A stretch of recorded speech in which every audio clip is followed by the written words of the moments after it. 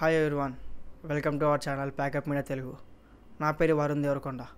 ఈరోజు మన పాడ్కాస్ట్కి వచ్చిన వ్యక్తి సారా శిరోమణి దాస్ గారు. ఆయన 2008లో కృష్ణుడి యొక్క భక్తునిగా మారారు.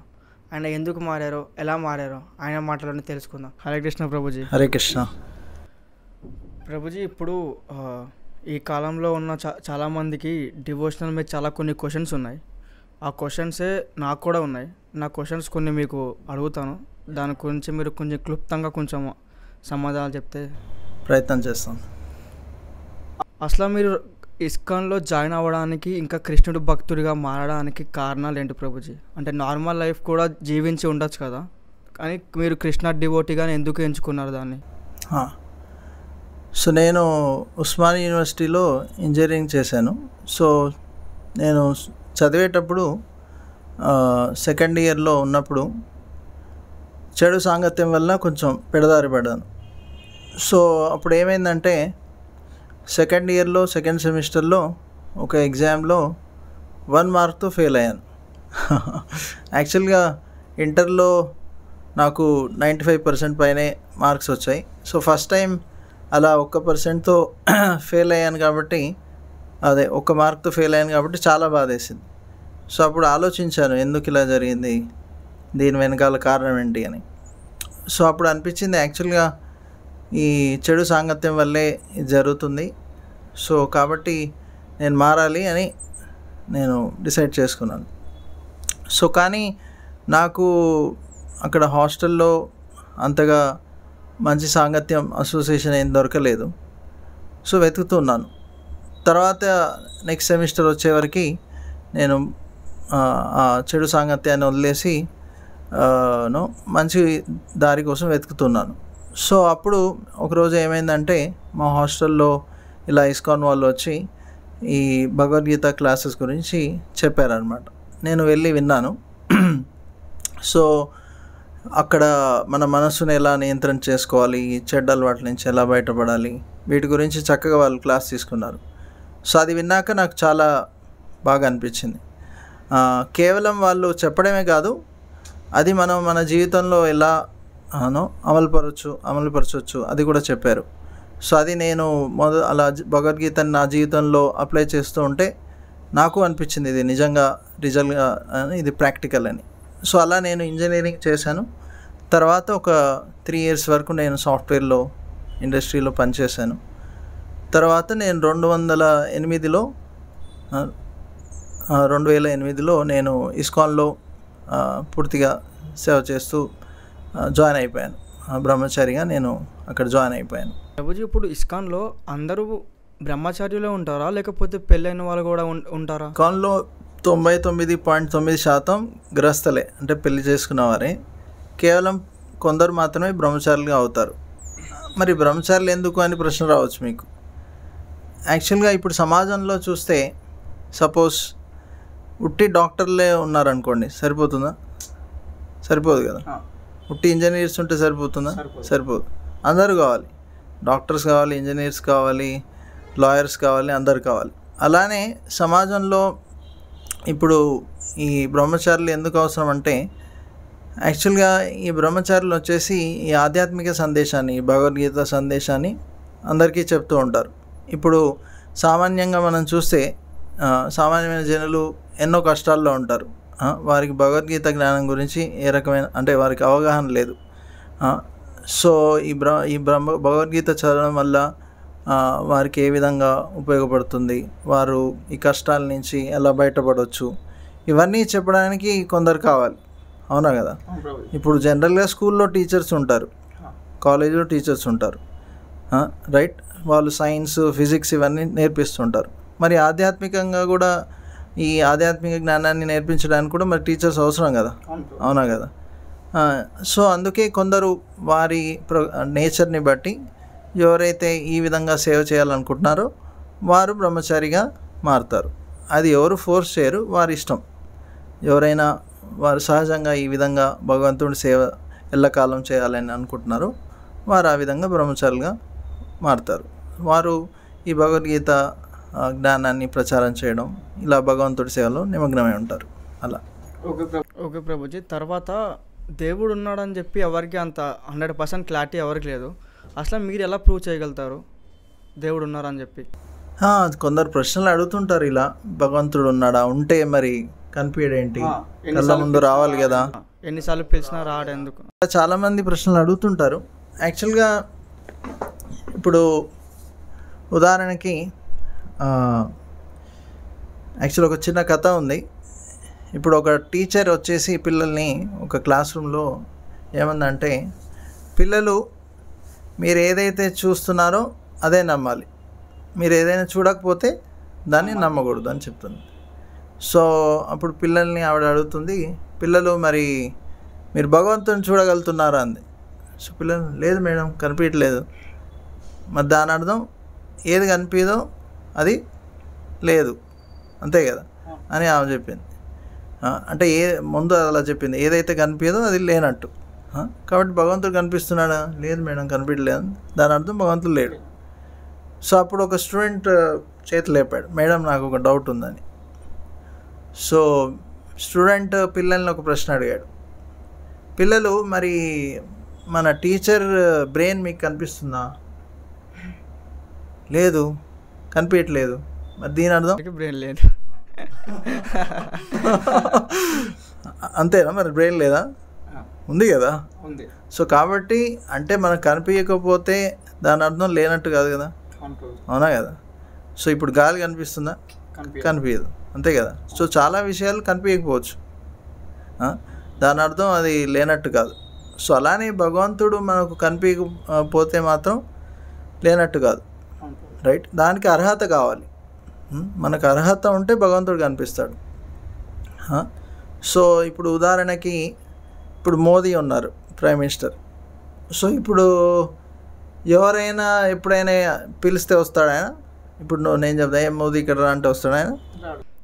కొన్ని రూల్స్ అండ్ రెగ్యులేషన్స్ ఉంటాయి. నేను పిలుస్తున్నా కదా, రావాలి కదా, రాడు కదా ఎందుకు, కొన్ని రూల్స్ ఉంటాయి. రూల్స్ ఇంకా ఆయన బిజీ కూడా ఆబ్వియస్లీ, ఎందుకు రావాలి ఆయన, అంతే కదా. కాకపోతే ఇప్పుడు నాలో ఏదైనా స్పెషల్ అర్హత ఉందనుకోండి, సపోజ్ నేను ఒలింపిక్స్లో గోల్డ్ మెడల్ గెలుచుకున్నాను, ఫేమస్ ఇండియాని ఫేమస్ చేశాను, అప్పుడు కలుస్తారు, అవునా కదా. ఎందుకు అప్పుడు ఎందుకు కలిసాడు, మరి కొంచెం ఫేమస్ అయ్యారు. ఫేమస్ అంటే ఇలా ఇండియా కోసం కొంచెం మంచి చేశాను, సో అలా పేరు ప్రఖ్యాతలను పెంచానని. సో అలా మరి అప్పుడు కడగడానికి రెడీ. సో అలానే మరి భగవంతుని చూడడానికి కూడా అర్హత ఉండాలి, రైట్.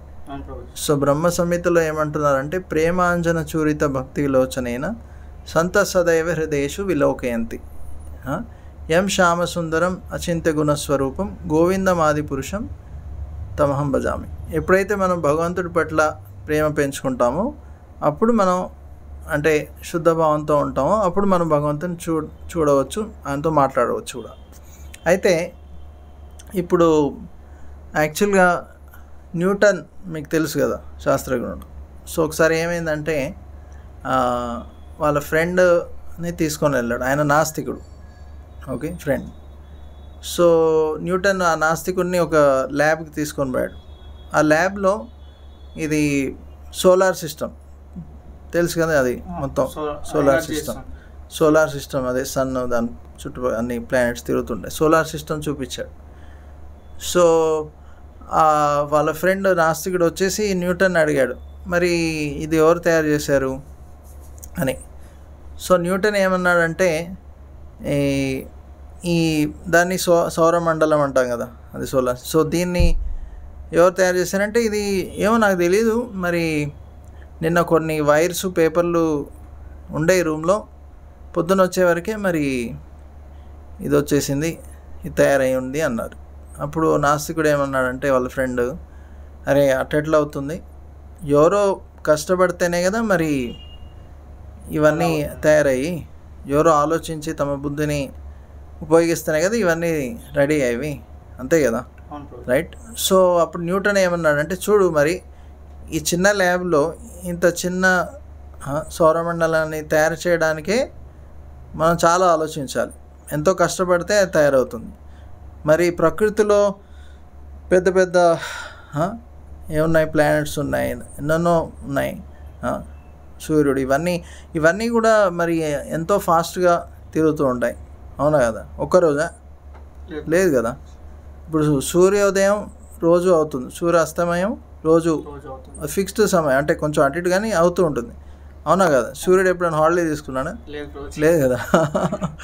ఇప్పుడు ఇవన్నీ కూడా అంత ఫాస్ట్గా తిరుగుతూ ఉంటాయి. మరి కొంచెం అటు ఇటు అయినా కూడా పెద్ద యాక్సిడెంట్ అయ్యే అవకాశం ఉంది, అవునా కదా?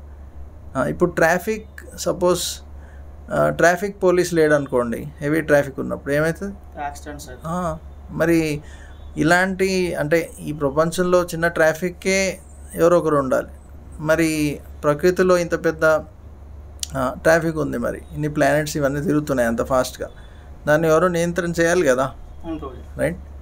సో అదే భగవద్గీతలో కృష్ణుడు ఏమంటున్నాడంటే, మత్త పరతరం నన్యత్ కించిదస్తి ధనంజయ మై సర్వమిదం ప్రోత్రం సూత్రేమని గణాయవ. దీని అర్థం ఏంటంటే, ఇప్పుడు ఒక నెక్లెస్ ఉంది, పూసల నెక్లెస్, జ్యువెల్ నెక్లెస్ ఉంది.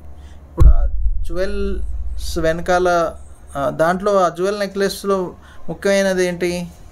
దాని ఒక తాడు, రైట్? ఆ తాడు తీసేస్తే అన్ని కింద పడిపోతాయి, అవునా కదా? అవును. ఓకే, ఆ తాడు తీసేస్తే అన్ని కింద పడిపోతాయి, అవునా కదా? ముఖ్యమైనది ఆ తాడు, రైట్? సో కృష్ణుడు ఏమంటున్నాడంటే, అలానే ఈ ప్రకృతి వెనకాల నేను ఉన్నాను, ఆ తాడులాగా. తాడు కనిపిస్తుందా? కనిపించదు, కానీ ముఖ్యమైన తాడే, రైట్? అలానే భగవంతుడు ఈ ప్రకృతి వెనకాల అన్నీ ఉన్నాను నేను, నా వల్లే ఇవన్నీ నడుస్తున్నాయని చెప్తున్నారు, రైట్? సో దీన్ని బట్టి మనం అర్థం చేసుకోవచ్చు ఎలా భగవంతుడు అన్నీ నడిపిస్తున్నాడు అని. అలానే నేను చెప్పినట్టు ఇప్పుడు గాలి కనిపించదు, కానీ మనం ఫీల్ అవ్వచ్చు. అలానే భగవంతుడు సేవ చేస్తే మనం ఫీల్ అవుతాం, అంటే మనలో భక్తి భావం పెరుగుతుంది, మనలో మార్పు వస్తుంది. ఇప్పుడు శ్రీల ప్రభుపాద ఇస్కాన్ సంస్థాపక ఆచార్యులు, ఆయన ఈ భగవద్గీత సందేశాన్ని పాశ్చాత్య దేశాల్లో మొత్తం వితరణ చేశారు. దానివల్ల ఏమైంది? వారిలో పరివర్తన వచ్చింది. వాళ్ళు ఇదివరకు ఎన్నో చెడ్డ అలవాట్లు ఉండేవి, రైట్? కానీ ఇలా భగవంతుడు సేవ చేయడం వల్ల వాళ్ళలో పరివర్తన వచ్చింది. ఇదే ప్రూఫ్. మరి వాళ్ళు సాధారణంగా పరివర్తన రాలేదు, ఇప్పుడు నాలో పరివర్తన వచ్చిందని చెప్పాను. ఎలా వచ్చింది? ఆటోమేటిక్గా రాలే. ఇలా భగవంతుడు సేవ చేస్తే పరివర్తన ఎలా వచ్చింది? ఎందుకంటే భగవంతుడు సేవ చేస్తున్నాం కాబట్టి ఆయన సాంగత్యం తీసుకోవడం వల్ల పరివర్తన వచ్చింది. భగవంతుడి లక్షణాలు ఏంటి? ఈశోపనిషత్తులో చెప్తారు, శుద్ధం అపాపవిద్ధం. శుద్ధం అంటే శుద్ధులు, ఆయన సాంగత్యం చేస్తే శుద్ధీకరణ అయిపోతుంది. మనలో ఉన్న కల్మషాలు, చెడ్డ అలవాట్లు అన్నీ కూడా తొలగిపోతాయి. సో మీరు భగవంతుడు సేవ చేస్తే మీకే అర్థమవుతుంది. ఇప్పుడు మీకు ఒక లడ్డు ఇస్తాను, దాని టేస్ట్ ఎలా తెలుస్తుంది? అలానే మీరు భగవంతుడు సేవ చేస్తే భగవంతుడు ఉన్నాలా లేదా అని తెలుస్తుంది. చాలా సింపుల్, రైట్? సో జనరల్గా మేము ఈ హరే కృష్ణ మంత్రాన్ని జపం చేస్తుంటాం. హరే కృష్ణ కృష్ణ కృష్ణ హరే హరే, హరే రామ్ రామ్ రామ్ హరే హరే. సో ఈ మంత్రాన్ని జపం చేస్తే ఆటోమేటిక్గా మనలో పరివర్తన వచ్చేస్తుంది, మనలో ఉన్న కల్మషాలు తెగిపోతాయి, భగవంతుడి పట్ల భక్తి భావం, ప్రేమ ఆటోమేటిక్గా పెరిగిపోతుంది, రైట్? సో ఈ విధంగా మనం భగవంతుడి సేవ చేస్తే మనకే అర్థమవుతుంది భగవంతుడు ఉన్నారా లేదా. ఓకే, ఇంకోటి ప్రభుజీ, ఈ శాస్త్రాలని మనం ఎందుకు నమ్మాలి? అంటే ఒక్కొక్క అపోహ కూడా ఉండొచ్చు కదా. ఇప్పుడు మనం చాలా స్టోరీస్ వింటున్నాం, విన్న ప్రతి స్టోరీ నిజమని మనం చెప్పలేము, అబద్ధం అని చెప్పలేము. అసలు ఈ శాస్త్రాన్ని మనం ఎందుకు నమ్మాలి? కరెక్ట్. సో ఇప్పుడు మనం శాస్త్రాలని చూస్తే వేదాల్లో మనకు మానవాళికి ఉపయోగపడే ఎన్నో ఉన్నాయి. ఉదాహరణకి ఇప్పుడు వాస్తు శాస్త్రం ఉంది, రైట్? ఇప్పుడు కూడా ఉపయోగపడుతుంది. ఆయుర్వేదం, ఎలా మనకు వచ్చిన రోగాలు తగ్గించడానికి ఆయుర్వేదం ఉంది, అవునా కదా? సో అలానే వేదిక్ మ్యాథ్స్ ఫేమస్, అవునా కదా? సో ఇలా వేదిక్ ఆస్ట్రానమీ అని ఇలా ఎన్నో విషయాలు ఉన్నాయి. ఇప్పుడు అలానే సైన్స్ కూడా ఉంది వేదాల్లో. ఇప్పుడు ఇవన్నీ కూడా సైన్సే యాక్చువల్లీ. ఇప్పుడు ఉదాహరణకి శ్రీమద్ భాగవతంలో ఒక శిశువు అమ్మ కడుపులో ఎలా పెరుగుతాడు, ఇది వ్యాసదేవుడు ఎప్పుడో 5000 సంవత్సరాల క్రితమే రాశారు. అది ఎవరు? మన డాక్టర్, సైంటిస్టు కేవలం ఒక 100 సంవత్సరాల క్రితం అప్పుడు కనుగొన్నారు. కానీ ఇది ఎప్పుడో మన శాస్త్రాల్లో చెప్పబడింది.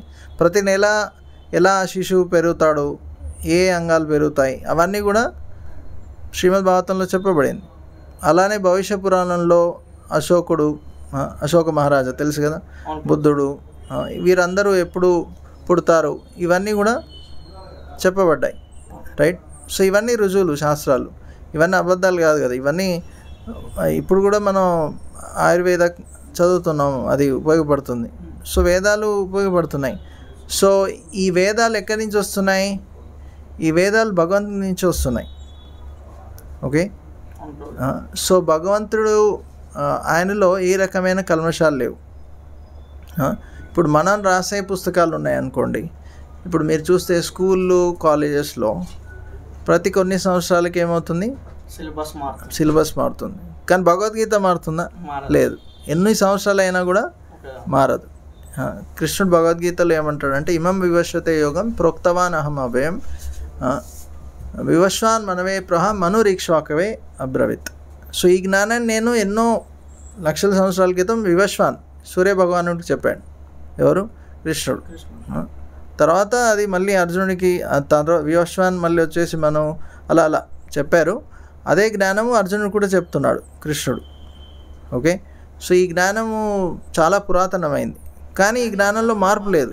ఇప్పుడు కలియుగ వాసులకి కొత్తగా కృష్ణుడు 20 శ్లోకాలు ఏమి యాడ్ చేయలే. సో అదే జ్ఞానం ఇప్పుడు కూడా ఉపయోగపడుతుంది, అప్పుడు ఉపయోగపడుతుంది, ఇప్పుడు కూడా ఉపయోగపడుతుంది, రైట్. అలానే ఈ శాస్త్రాలని మనం మన జీవితంలో అమలు పరుస్తాయి. ఇప్పుడు ఉదాహరణకి భగవద్గీత నేను చెప్పినట్టు ప్రభుపాద్ పాశ్చాత్య దేశాల్లో దీన్ని చెప్పడం జరిగింది, దీన్ని వితరణ చేయడం జరిగింది. దానివల్ల ఏం జరిగింది? వాళ్ళ పరివర్తన వచ్చింది. దాన్ని బట్టి ఏమర్థం అవుతుంది? ఇది ఆ విధంగా. సో దీన్ని బట్టి మనం అర్థం చేసుకోవచ్చు, ఈ శాస్త్రాలు యాక్చువల్గా చెప్పిన నిజాలు, ఇవేమీ కల్పితాలు కాదు. ఎందుకంటే ఇప్పుడు కృష్ణుడు ఆయన ఎక్కడ అవతరించారు, జన్మించారు? బృందావనం కంటే ముందు ఫస్ట్ మన మథుర జైల్లో, రైట్. అది ఉందా లేదా? మథుర ఇప్పుడు కూడా ఉంది. అక్కడి నుంచి బృందావనం వెళ్ళారు, అది ఉంది. తర్వాత ద్వారక వెళ్ళారు, అది ఉంది. హస్తినాపురం వెళ్ళారు, ఢిల్లీ, అది ఉంది. ఈ స్థానాలన్నీ ఉన్నాయి కదా, అవునా కదా? సో ఆ శాస్త్రాల్లో చెప్పిన అన్ని స్థలాలు అన్నీ జరిగాయి యాక్చువల్గా. సో దీన్ని బట్టి మనకు ఈ శాస్త్రాల మీద విశ్వాసం పెరగాలి. దాన్ని మనం చదివి మన జీవితంలో అమలుపరిస్తే తప్పకుండా మనకు మార్పు వస్తుంది. అసలు ప్రభుజీ, ఇప్పుడు భగవద్గీత చదవాలి అని చాలామంది అంటారు. భగవద్గీత చదివితే వాళ్ళ ఒక లైఫ్ స్టైల్ మారిపోతుంది, చాలా తెలుసుకోలేనివి తెలుసుకుంటారు, ఒక కొత్త కోణాలను చూస్తారు భగవద్గీతలో అంటారు. అసలు భగవద్గీత ఎందుకు చదవాలి? అదే చదివితే మనం దాని యొక్క లాభాలు ఏంటి ఒకసారి చెప్తారా? యాక్చువల్లీ భగవద్గీత వచ్చేసి భగవంతుడి యొక్క గీత. ఇప్పుడు యాక్చువల్గా ఈ భగవద్గీతలో చాలామంది మొదట మాట్లాడతారు, ధృతరాష్ట్రుడు ధర్మక్షేత్రే కురుక్షేత్రే సమవేత యోత్సవ, ఈ విధంగా మొదలవుతుంది భగవద్గీత. సో అతను మాట్లాడేటప్పుడు ధృతరాష్ట్ర ఉవాచ, మధ్యలో అర్జునుడు మాట్లాడితే అర్జున ఉవాచ, ఈ విధంగా వస్తుంది. కానీ కృష్ణుడు మాట్లాడినప్పుడు శ్రీకృష్ణ ఉవాచ అని రాదు, శ్రీ భగవాన్ ఉవాచ అని వస్తుంది. దాని అర్థం కృష్ణుడు భగవానుడు, అతను సామాన్యమైన వ్యక్తి కాదు, అర్థం చేసుకోవాలి. సో ఇది భగవంతుడి నుంచి వస్తుంది కాబట్టి ఇది చాలా ముఖ్యమైన అంశం, ముఖ్యమైన జ్ఞానం, సాధారణమైన జ్ఞానం కాదు. ఇదివరకు చెప్పినట్టు దీంట్లో ఏ రకమైన కల్పితాలు కల్మషాలు ఉండవు, ఇది శుద్ధమైన జ్ఞానం. సో శంకరాచార్యులు ఏమంటున్నారంటే మన గీతా మహత్యంలో, మలినేమోచనం పుంసాం జలస్నానం దినే దినే సకృద్గీతామృత స్నానం సంసార మలనాశనం. సో ఆయన ఏం చెప్తున్నారంటే, ఇప్పుడు మన శరీరానికి ధూళి ఉంటుంది, అది తొలగాలంటే ఏం చేస్తాం?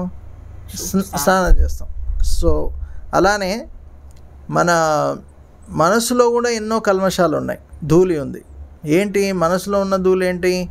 కామము, క్రోధము, ద్వేషము, ఈర్ష, ఇవన్నీ కూడా ధూళి యాక్చువల్లీ. ఎందుకు ఇవన్నీ ధూళి అనొచ్చు? ఎందుకంటే వీటి వల్ల మనకు చెడు జరుగుతుంది, వేరే వాళ్ళకి కూడా చెడు జరుగుతుంది. ఇప్పుడు ఉదాహరణకి కోపం ఉంది, కోపం ఉంటే యాక్చువల్లీ దాన్ని ఏమంటారంటే, ఎవరైనా చేతిలో ఒక బొగ్గు, వేడి ఉన్న బొగ్గు పట్టుకుంటే ఏమైతే చెయ్యి కాలిపోతుంది, అవును కదా, మనకు మంచిది కాదు. అది వేరే వాళ్ళని ఇస్తే వాళ్ళకి నష్టం జరుగుతుంది, అది కోపం అలాంటిది. సో అది మంచిది కాదు కదా. అలానే కామము కావచ్చు, ఈర్ష, ఇవన్నీ మంచి కాదు కదా. సో దీనివల్ల మనకు కష్టం, వేరే వాళ్ళకి కష్టం. సో ఈ కల్మషాలని ధూళిని తొలగించాలి. మరి అది ఎలా తొలుగుతుంది? భగవద్గీత చదువు. అదే ఇక్కడ శంకరాచార్యులు అదే చెప్తున్నారు. ఈ భగవద్గీత చదివితే ఈ కల్మషాలన్నీ తప్పకుండా తొలగిపోతాయని చెప్తున్నారు.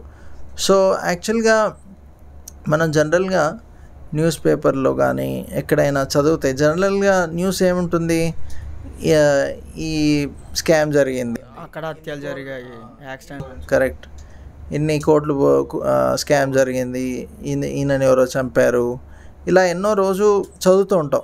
పేర్లు మారుతాయి కానీ న్యూస్ ఒకటే. అవును. ఇప్పుడు కానీ జనరల్గా చూస్తే సొల్యూషన్ ఇవ్వరు, జనరల్గా సొల్యూషన్ ఉండదు, జస్ట్ న్యూస్ చెప్తారు. మరి సొల్యూషన్ ఎక్కడుంది? ఇక్కడ ఉంది, భగవద్గీతలో ఉంది. మన కృష్ణుడు దేనికి సొల్యూషన్స్ ఇచ్చారు, సమాధానాలు ఇచ్చారు. ఇవన్నీ వీటి నుంచి బయటపడాలి ఎలా అని మనకు భగవద్గీతలో చెప్పారు. సో ఈ కల్మషాలు తొలగాలంటే ఎలా? భగవద్గీత చదవాలని చెప్తున్నారు. సో యాక్చువల్గా ఇప్పుడు ఇంకో ఉదాహరణ చెప్తాను, ఎలా ఈ కల్మషాల వల్ల కష్టం కదా మనకు నష్టం జరుగుతుంది. ఇప్పుడు రావణుడు ఉన్నాడు. రావణుడు కామం వల్ల సీతని అపహరించారు, అవునా కదా? సో కానీ ఎవరు ఎంత చెప్పినా కూడా వినలేదు. మండోదరి తన భార్య, లేకపోతే కుంభకర్ణుడు కూడా చెప్పాడు ఒకసారి సీతని వదిలేయండి అని. ఇంకా హనుమానుడు, రాముడు, ఇలా విభీషణుడు, వీరంతా ఎన్నిసార్లు చెప్పినా కూడా వినలేదు, అవునా కదా? సో దానివల్ల ఏమైంది? ఆఖరికి తను చనిపోయాడు, తన కుమారులు చనిపోయారు, సోదరులు చనిపోయారు, రాజ్యం నష్టమైంది. ఆయన రాజ్యం దేంతో చేశారు? బంగారంతో. అది నష్టమైపోయింది, అంతా నాశనం అయిపోయింది. సో కామం వల్ల ఎంత నష్టం చూడండి, అవునా కదా? సో ఇలా ప్రతి క్లేశాన్ని మీరు కల్మషాన్ని తీసుకుంటే స్వతహా కష్టము, వేరే వాళ్ళకు కూడా కష్టం వస్తుంది, అవునా కదా? సో మరి ఈ కల్మషాలు తొలగించాలంటే మనకు మరి ఏమైనా వాషింగ్, ఇప్పుడు బట్టలకి సపోజ్ ధూళి తగులుతుంది, ఏం చేస్తాము? వాషింగ్ మిషన్లో వేస్తాం. వాషింగ్ మిషన్లో వేస్తాం, మళ్ళీ వాషింగ్ పౌడర్ కూడా వేయాలి, అవునా కదా? లేకుంటే సబ్బు పెట్టి బాగా రుద్దుతాం, అవునా కదా? అప్పుడే అది పోతుంది. మరి ఈ హృదయంలో ఉన్న ఈ కల్మషాలు ఎట్లా పోతాయంటావు? దానికి ఏమైనా సబ్బు, వాషింగ్ పౌడర్ ఉందంటావు? అవునా కదా? ఆ ధూళిని ఎలా తొలగించగలుగుతాం? అలానే ఇప్పుడు రోగాలు ఉంటాయి, ప్రతి రోగానికి ఏదో ట్యాబ్లెట్స్ వేసుకుంటే తగ్గిపోతుంది. దీన్ని హృద్రోగం అంటాం, ఈ కామం, క్రోధం, ఇవన్నీ. మరి వీటికి ఏం ట్యాబ్లెట్స్, ఏ మందులు ఉన్నాయి? సో అందుకే ఈ భగవద్గీత యాక్చువల్లీ ఒక మందు లాంటిది. ఓకే, దీన్ని మనం స్వీకరిస్తే, వినయంగా దీన్ని స్వీకరిస్తే ఏమవుతుంది? మనలో ఉన్న ఈ కల్మషాలన్నీ తగ్గిపోతాయి. ఓకే, దానికి రుజువు అడగొచ్చు. మరి అచ్చా తగ్గుతాయి అంటున్నారు, మరి దానికి రుజువు ఏంటి? సో శ్రీల ప్రభుపాద్ చెప్పాను కదా, ఆయన ఇస్కాన్ సంస్థాపకాచార్యులు. ఆయన 1966లో ఇస్కాన్ని స్థాపించారు. అక్కడ న్యూయార్క్లో ప్రచారాన్ని మొదలుపెట్టారు. అక్కడ హిప్పీస్ అనే వ్యక్తులు ఉండేవారు. సో హిప్పీస్ ఎవరు? వారికి అన్ని రకాల చెడ్డ అలవాట్లు, తాగడము, అన్ని రకాల చెడ్డ అలవాట్లు. సో వారికి ఆయన భగవద్గీత జ్ఞానాన్ని ప్రచారం మొదలుపెట్టారు. సో అలాంటి వ్యక్తులు, ఎన్నో చెడ్డ అలవాట్లు ఉన్న వ్యక్తులు ఈ భగవద్గీత చదవడం వల్ల ఏమైంది? పూర్తిగా వారిలో పరివర్తన వచ్చింది. సో ఆయన 10 సంవత్సరాల్లో 108 మందిరాలని స్థాపించారు. 10 సంవత్సరాల్లోనే మొత్తం ప్రపంచంలో ఈ భగవద్గీత జ్ఞానాన్ని ప్రచారం చేసి వేల లక్షల మందిలో పరివర్తన తీసుకొని వచ్చారు. ఓకే, ఇప్పుడు చైనీస్ శ్రీల ప్రభుపాద ఏమనేవారంటే, వీరు అందరికంటే పాపాత్ములు. కోవిడ్ ఎక్కడి నుంచి వచ్చింది? ఏది పడితే అది తింటారు. అందుకే ఒక భక్తుడు ఏమంటున్నారంటే, గాలిలో ప్లేన్స్ని వదిలేసి అన్నీ తినేస్తారు, నేల మీద వెహికల్స్ని వదిలేసి అన్నీ, సముద్రంలో బోట్స్, షిప్స్ని వదిలేసి అన్నీ తింటారు. సో ఏది పడితే అది తింటారు. సో అందుకే వాళ్ళు అందరికంటే పాపాత్ములు. సో కానీ అక్కడ కూడా ఈ భగవద్గీత ప్రచారం నడుస్తుంది, వేల మందిలో పరివర్తన వస్తుంది. సో వాళ్ళు ఎంత పాపాత్ములు అంటే, ఇప్పుడు మేము హరే కృష్ణ జపం చేస్తాం, హరే రామ అని చెప్పలేరు వారు, హరే లామ, హరే లామ, లామ లామ హరే, అలా జపం చేస్తూ వాళ్ళలో కూడా పరివర్తన వచ్చింది. వారు అన్ని చెడ్డ అలవాట్లు వదిలేసి కృష్ణ భక్తులుగా మారిపోయారు. సో అలా మార్పు తేవడం మన వల్ల అవుతుందా? మనం అంటే ఎంత ప్రయత్నం చేసినా మన భారతీయులు మార్చడమే కష్టం అవుతుంది. మరి అలాంటిది చైనీస్, కేవలం చైనీస్ కాదు, ఆస్ట్రేలియన్స్, అమెరికన్స్, ఆఫ్రికన్స్, అన్ని జాతుల వారు ఈ భగవద్గీత కేవలం భారతీయులకు అని అనుకోకూడదు, అది అపోహ. ఇది అందరికీ. ఇప్పుడు అన్నం కేవలం భారతీయులుగా అందరు తినొచ్చు కదా. సో అలానే భగవద్గీత అందరికీ, సూర్యుడు అందరికీ, రైట్. అలానే భగవద్గీత కూడా ఇది సనాతన ధర్మం, ఇది అందరికీ ఉపయోగపడుతుంది.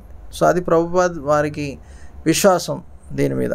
సో అది వెళ్ళి అందరికి ప్రచారం చేశారు, రైట్. ఆయన ఒకసారి లండన్కి వెళ్ళినప్పుడు అక్కడ రిపోర్టర్స్ అడిగాడు, స్వామీజీ మరి మీరు ఎందుకు వచ్చారు ఇక్కడికి అని. సో ఆయన ఏమన్నారంటే, మీరు అన్నీ దోచుకున్నారు మానేసి, కానీ ఒక విలువైన పదార్థాన్ని, విలువైన విషయాన్ని మర్చిపోయారని. అయ్యో, విలువైనది ఏం మర్చిపోయాను? అన్నీ తీసుకున్నాం కదా, కోహినూర్ కూడా దోచేసాం, మరి ఏం మర్చిపోయామంటే, అప్పుడు ఆయన ఏమన్నారంటే, యాక్చువల్లీ భారతదేశం ఈ ఆధ్యాత్మిక జ్ఞానం, ఈ వేదాల్లో ఉన్న సారాన్ని మీరు తీసుకోలేదు, దానివల్ల అది మీరు మర్చిపోయారు, దాన్ని ఇవ్వడానికి నేను వచ్చాను అని చెప్పారు. యాక్చువల్గా మన భారతదేశంలో ఈ ఆధ్యాత్మిక జ్ఞానం ఎంతో విలువైనది. ఇది మనం అందరికీ ప్రచారం చేస్తే శ్రీల ప్రభుపాద్ లాగా తప్పకుండా వారిలో మార్పు వస్తుంది. ఇప్పుడు ప్రపంచంలో ఎన్నో క్రైమ్స్ పెరుగుతున్నాయి, అవునా కదా. ఎంతోమంది యాంగ్జైటీస్లో ఉన్నారు, స్ట్రెస్లో ఉన్నారు, మైండ్ కంట్రోల్ చేయలేకపోతున్నారు, అవునా కదా. ఎన్నో ఇప్పుడు మన ఐఐటీస్లో కూడా చూస్తే ఇండియాలో కూడా ఎంతోమంది సూసైడ్స్ చేసుకుంటున్నారు. మరి వీటన్నిటికీ సమాధానం ఏంటి? అది భగవద్గీతలో ఉంది, రైట్. కాబట్టి ప్రభుపాద్ అది రుజువు చేశారు. ఆయన వెళ్ళాక కూడా ఇప్పుడు వారి శిష్యులు దాన్ని ప్రచారం చేస్తున్నారు. తద్వారా మనం చూస్తున్నాం ఎలా జనాల్లో పరివర్తన వస్తుందని. సో అలా ఇప్పుడు ప్రభుజీ, ఇప్పుడున్న సమాజంలో చాలామందికి స్ట్రెస్ ఎక్కువైపోతుంది. దానివల్ల కాన్సన్ట్రేషన్ కానీ ఫోకస్ కానీ సరిగ్గా చేయలేకపోతున్నాం మనం. చిన్న దాని మీద అయినా సరే, పెద్దదైనా సరే, చిన్న చిన్న వాటి మీద డిస్ట్రాక్షన్ ఎక్కువైపోతుంది. దాని గురించి కృష్ణుడు భగవద్గీతలో ఏం చెప్పారు? అంటే కాన్సన్ట్రేషన్ గురించి కృష్ణుడు ఏం చెప్పారు? కరెక్ట్. ఇదే ప్రశ్న అర్జునుడు కూడా అడిగాడు కృష్ణుని 6వ అధ్యాయంలో. చంచలం హి మన కృష్ణ ప్రమాతి బలవదృఢం తస్యాహం నిగ్రహం మన్యే వాయోరివ హి దుష్కరం. ఏమంటున్నాడంటే, ఈ మనస్సును దేంతో పోల్చారు? చంచలం. అంటే ఒక్క చోట ఉండదు ఇది. ఇప్పుడు ఒక చిన్న పిల్లాడు ఉన్నాడు, బాలుడు. ఇప్పుడు వాడిని వదిలిపెడితే ఒక చోటు ఉంటాడా? అటు ఇటు తిరుగుతూ ఉంటాడు, అవునా కదా. అలానే కోతి ఒక చోటు ఉంటుందా? ఒక చెట్టు మీద నుంచి అటు ఇటు జంప్ చేస్తూ ఉంటుంది. అలానే మన మనస్సు కూడా ఒక చోట ఉండదు. ఇంకేమంటున్నాడు అర్జునుడు? కృష్ణ నేను ప్రమాతి చంచలం హి మన కృష్ణ ప్రమాతి బలవదృఢ. ఏంటి ఇది? చాలా బలవంతమైంది. ఓకే. సో నేను పెద్ద పెద్ద సుడిగుండాన్నైనా నియంత్రణ చేయగలుగుతాను. ఓకే. వాయోరివ దుష్కరం. ఓకే. కానీ ఈ మనస్సును నేను నియంత్రణ చేయలేను అంటున్నాడు. ఇప్పుడు అర్జునుడు ఎవరు మనం ఫస్ట్ అర్థం చేసుకోవాలి. ఆయన ఎన్నో దేవతల్ని ఓడించారు, ఎన్నో పెద్ద పెద్ద అస్త్రాలని గెలిచారు, అవునా కదా. సో ఆయన పెద్ద సాధారణమైన వ్యక్తి కాదు, చాలా శక్తివంతమైన క్షత్రియుడు. సో ఆయన గాలినైనా నియంత్రించగలుగుతాడని చెప్తున్నాడు. సో అలాంటి వ్యక్తి మనస్సుని నేను నియంత్రించలేనని చెప్తున్నాడు. మరి సో అప్పుడు కృష్ణుని వేడుకుంటున్నాడు, కృష్ణ మరి ఇలాంటి చంచలమైన మనస్సుని ఎలా నియంత్రించాలి అని అడుగుతున్నాడు. సో అప్పుడు కృష్ణుడు చెప్తారు ఏమని? యతో యతో నిశ్చలతి మనశ్చంచలం అస్థిరం తతో తతో నియమేతత్ ఆత్మనియమం వశం నయేత్. సో ఇప్పుడు ఇంట్లో చిన్న పిల్లాడు ఉన్నాడు, నేను చెప్పినట్టు ఒక చోటు ఉండడు. కానీ ఇంట్లో మరి అమ్మ ఏం చేస్తుంది? కంట్రోల్ మీద, అరే పిల్లాడు ఎక్కడ ఉన్నాడు, ఓ బయటకు వెళ్తున్నాడా, నోట్లో ఏది పెట్టుకుంటున్నాడు, ఎప్పుడు ధ్యాస ఎక్కడ ఉంటుంది? పిల్లాడి మీద ఉంటుంది. సో అలానే మనం మన ధ్యాస మన మనస్సు మీద పెట్టాలి. ఇంగ్లీష్లో ఒక స్టేట్మెంట్ ఉంది, you are where your mind అని, అవునా కదా. ఇప్పుడు అంటారు కదా, ఫిజికలీ ప్రజెంట్ మెంటలీ యాబ్సెంట్. కాలేజీలో కూర్చుంటాడు కానీ మనసు ఇంట్లో సినిమా మీద, షికార్ల మీద, రైట్. అవును, మనసు మన ఆధీనంలో లేదు. సో కృష్ణుడు ఏమంటున్నాడు అంటే, అది ఎప్పుడు చంచలమైంది, అటు ఇటు తిరుగుతుంది. కానీ మీరు ఏం చేయాలి, మీ బుద్ధి ద్వారా ఆ మనసుని నియంత్రణలో పెట్టుకోవాలని చెప్తున్నారు. ఓకే, సో కానీ మరి ఆ బుద్ధి ఎలా పెరుగుతుంది? చమన్ ప్రాషి తినడం వల్ల కాదు. అది భౌతికమైన బుద్ధి. ఆధ్యాత్మికమైన బుద్ధి పెరగాలంటే ఎలా? ఈ భగవద్గీత చదవడము, ఇలా భగవంతుడి సేవ చేయడం వల్ల మన ఆధ్యాత్మిక బుద్ధి అనేది పెరుగుతుంది. అప్పుడు మనం బుద్ధితో నియంత్రణ చేయొచ్చు మనస్సుని. మనస్సు ఎక్కడికి వెళ్ళింది, ఎందుకు దాన్ని పట్టుకొని మళ్ళీ దేని మీద ధ్యాస పెట్టాలో దాని మీద పెట్టవచ్చు. అలానే కృష్ణుడు ఇంకేం చెప్తాడంటే అభ్యాసేన తు కౌంతేయ వైరాగ్యేన చ గ్రహ్యతే. ఓకే, సో అంటే ఇప్పుడు ఉదాహరణకి ఒక పిల్లాడు సైకిల్ నేర్చుకుంటున్నాడు, కానీ ఎమ్మటే నేర్చుకుంటాడా?